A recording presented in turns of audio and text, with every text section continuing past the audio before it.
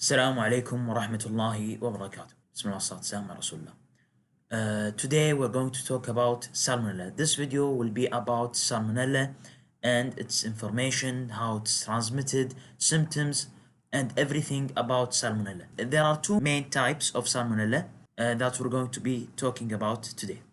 Some basic information about Salmonella. The name of the pathogen is the same name. It's Salmonella. So pathogen is Salmonella. The local name in Kuwait is the same name in English as in the same pronunciation. It is Salmonella, but of course written in Arabic. The binomial nomenclature or the scientific name, as I said, there are two main types. Salmonella enterica. Sorry for my bad handwriting. It's difficult to write. Sorry, with a mouse. And the second type is Bongori.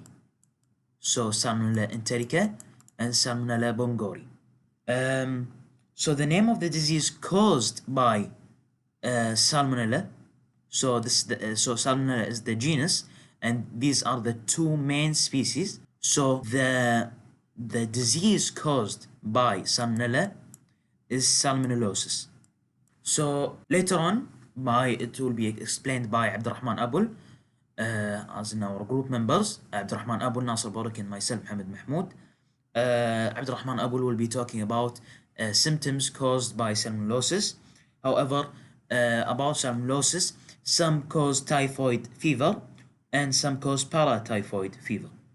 So what is Salmonella? Salmonella is a genus of rod-shaped bacteria.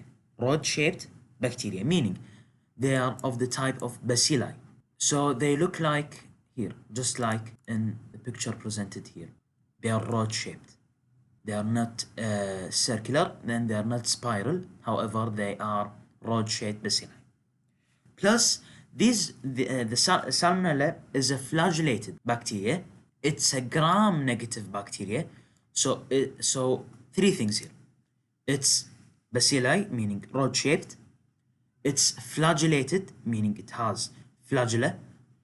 And it's gram-negative, meaning that it contains a lot of peptidoglycan. That means that the gram stain cannot give the known crystal violet color. Instead, it will give more of a pink color, as shown in the picture. It's gram-negative. As I said, that there are two main species, Salmonella enterica and Salmonella bongori, and both species affect animals. Regarding the taxonomy of Salmonella, Salmonella is in the kingdom of bacteria.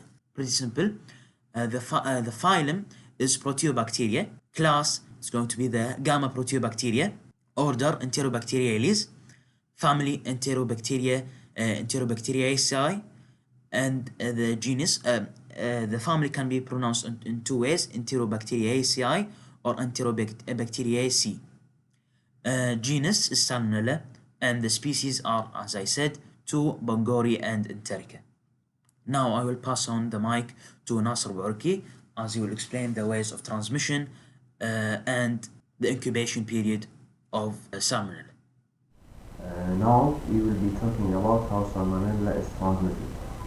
But before we get into that, you need to know that Salmonella occurs in the small and large intestines. One way of getting Salmonella is by eating contaminated or raw food, mostly chicken. Some of the food that you might eat might have been contaminated or might have been crossed with Salmonella before. This is why you are advised to wash the food before eating it. Another way of getting Salmonella is by handling pets. You can get Salmonella by handling pets from making contact with the new pets. You can get Salmonella from them because they are not washed when they came from the contaminated environment, or when they came to you and they ate raw food or contaminated food with Salmonella.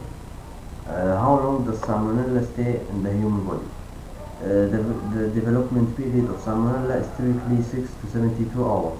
While some scientists have documented that some Salmonella lasted 14 days after exposure. The illness usually lasts between 4 to 7 days, and most patients are recovered without treatment. Hello class, today I will be talking about Salmonella. So first I will be talking about the symptoms of Salmonella. The early symptoms are colds and chills and headaches. And the mid symptoms are fever, throwing up, and diarrhea. The severe symptoms are abdominal pain and bloody stools. The final symptoms are feeling better, headaches, and chills. As you can see, I put pictures describing some of the symptoms. How do I get better? Which is basically the treatment. So one way is you can drink a lot. If you're 16 to 80 years old, you can drink a lot of water and fluids to get better. And if your diarrhea is severe, a doctor might suggest to drink a rehydration drink. And probiotics is another way for treatment. The third way is eating mild foods. Mild foods are like fat-free, low-fat dairy products, easily digestible grains. And also lean protein helps the sense of hunger throughout recovery. Fourth way is that if you are 6 to 15 years old, you have to drink a lot of fluid and consume antibiotics with some acetaminophen, which is Tylenol. How can I get protected? You have to avoid eating raw or barely cooked eggs. Don't eat raw or undercooked beef or poultry. Refrigerate food properly, both before cooking it and after serving it. Have to wash your hands well with soap and warm water before and after handling food. Keep kitchen surfaces clean before preparing food on them. Do not mix cooked food with raw food or use the same utensils to prepare them. Like we said before, you have to wash your hands with soap and water, but this time after touching animals, their toys, and their bedding. And you have to wash raw fruits and vegetables well and peel them if possible. Thank you for listening.